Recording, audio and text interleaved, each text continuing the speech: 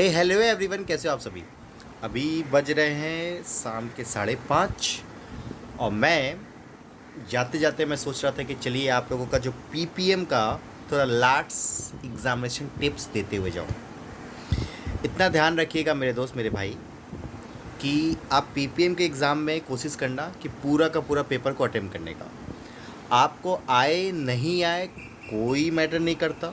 आपको जो क्वेश्चंस अच्छे तरीके से आते हैं उसको पहले अटेम्प्ट करोगे, और जो भी क्वेश्चंस आपको नहीं आते हैं उसको भी आप जैसे तैसे, आप सपोज़ मान लीजिए कोई एक ऐसा क्वेश्चन है जिसने कभी आज तक आपने कभी टच नहीं किया, बट सपोज़ वो क्वेश्चंस का कुछ एक टर्म, सपोज़ मोटिवेशन, आप यदि उसी का डेफिनेशन लिख पाओगे तो उतनी उसी का डेफिनेशन ही लिखना।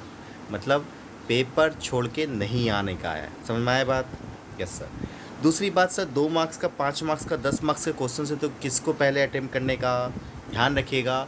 आपका यदि 2 मार्क्स में आप जब क्वेश्चन देखोगे, 2 मार्क्स का क्वेश्चन 10 क्वेश्चन आपको करने का है। सपोज़ आपका यदि 8 क्वेश्चन यदि आपको अच्छे तरीके से आता है, ध्यान रखना वो 2 मार्क्स का पहले क्वेश्चन करना। यदि 8 मार्क्स का मतलब 8 क्वेश्चन नहीं आता, मतलब 7 आता है, 6 आता है, 5 आता है, तो फिर कोशिश करना 5 मार्क्स का और 10 मार्क्स का क्वेश्चन को पहले करने का। समझ में आया बात?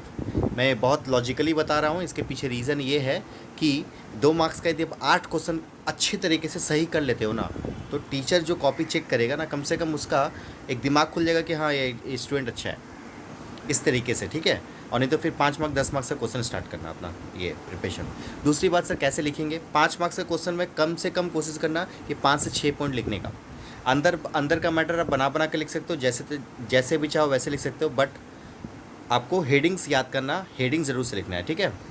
दूसरी बात सर, हेडिंग्स याद करने के लिए मैंने बहुत सारे आपको निमोनिक्स बताया था, कोड वर्ड बताया था, ठीक है। तो वो सब कोड वर्ड को ध्यान में रखते हुए अपना एग्ज़ामिनेशन दो, एग्ज़ामिनेशन अच्छे तरीके से देना।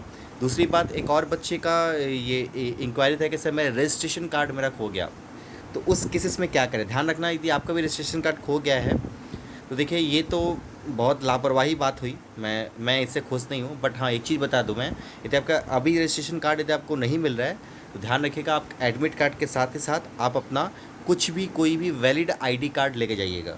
और वैलिड आईडी कार्ड आपका आधार कार्ड हो सकता है, तो आधार कार्ड लेके जाइएगा एटलीस्ट इसके साथ, ठीक है। तो now the all the best. और मैं भी जा रहा हूँ थोड़ा धनबाद, हम लोगों के वहाँ पे थोड़ा पूजा है रामनवमी का, तो हम लोग वहाँ पे जा रहे हैं। तो बहुत जल्द हम लोग ईडी का एक सजेशन लेके आने वाले हैं। जैसे कि मैंने कल लीक पेपर आपको दिया था, वो लीक पेपर आपने पढ़ा है ये मैं आशा करता हूँ, ठीक है। नहीं भी पढ़ा है तो अभी जाइए व्हाट्सएप ग्रुप के साथ ज्वाइन रहिए।